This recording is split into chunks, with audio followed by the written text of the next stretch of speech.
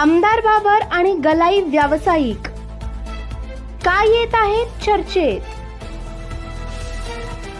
गलाई बांधवांच्या विविध प्रलंबित प्रश्नांवर तोडगा काढण्यासाठी all Kerala gold and silver Maratha असोसिएशनच्या पदाधिकाऱ्यांनी खानापूर आटपाडी विसापूर मतदारसंघाचे विद्यमान आमदार श्री सुहास भैया बाबर यांची विटा येथे भेट घेऊन सविस्तर चर्चा केली।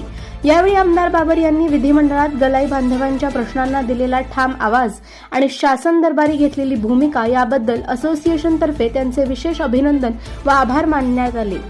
बैठकीदरम्यान नॅशनल गोल्ड अँड सिल्वर असोसिएशनच्या पदाधिकाऱ्यांसोबतही चर्चा पार पडली। All Kerala gold and silver Maratha असोसिएशनच्या स्थापनेमागील उद्देश, कार्यपद्धती आणि संघटनेची वाढती ताकद याबाबत सविस्तर माहिती देण्यात आली। केंद्र सरकारमार्फत कारागीर बांधवांवर होत असलेल्या वैयक्तिक चौकशीच्या मुद्द्यावर उपस्थितांनी सखोल चर्चा करून केवळ आमच्याच समाजाला लक्ष्य का केले जात आहे असा सवाल नोंदवला। या संदर्भात आमदार बाबर यांना निवेदनही देण्यात आले। सिल्वर रिफायनर्स अँड ज्वेलर्स असोसिएशन चे राष्ट्रीय संयोजक आणि national gems and jewellery council of इंडियाचे बोर्ड सदस्य श्री सतीश प्रतापराव साळुंखे यांचा विशेष उल्लेख करण्यात आला। एकदा खाल तर परत परत याल, चवीचं खाणार त्याला आम्ही देणार। ओम श्री गुरु माऊली मसाले, मटणाचा तांबडा पांढरा रस्सा असो की शाकाहारी रस्सा, चटणी फक्त ओम श्री गुरु माऊलीची।